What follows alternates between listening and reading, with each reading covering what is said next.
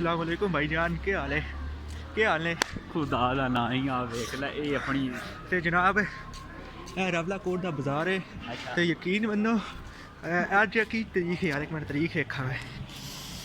तरीक है भाई 23 अक्टूबर अजे तक पूरी तरह सर्दियां नहीं आईयां ते बाजार रावला कोट दा ते यकीन करो इधर इंतहा की सर्दी है, वो नहीं करने होता, बर्दाश्त नहीं करने होती, इतनी सर्दी है। आज पता नहीं इस चवल के मशवरे पे हम निकल आए, कहते हैं बाजार घूमना है, ठीक है हक बाजार घूमना है।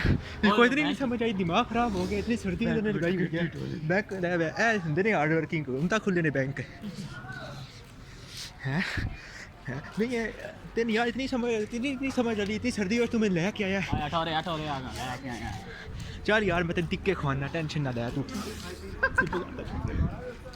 छोटे टिक्के मैं तेन टिक्के खवाने ने तो उस तो बाद तू फिर बड़े गोश्त इतने मेरे ख्याल नाल होंदे ने ते डील करने आ ना, या तू टिक्के खवा मैं पिज़्ज़ा खवाना, या मैं मैं टिक्के खवा तू पिज़्ज़ा खवाए, ठीक है? दोवे शावा नहीं ये गल कर। चल ठीक है यार, पिज़्ज़ा मैं खवा छड़ता नहीं, इधर नहीं वापस चलिए और उस पास चलिए। आहो चौधरी साहब आ रहे ने, पता नहीं केड़े चौधरी साहब ने भाई ना पैजो इन्होंने सर्दी क्यों नहीं लगती है?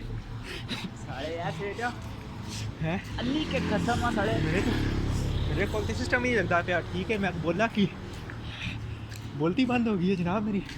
हाँ सामने पड़ो सारे कलोतन खलवा ले सुना पे टेंशन ना ले हाल बन गया पुलिस ले यार, पुलिस यार तो कोई नहीं, मेरे को शख्सी कार्ड भी कोई नहीं, मैं ना मैं तालिबाना दा बंदा।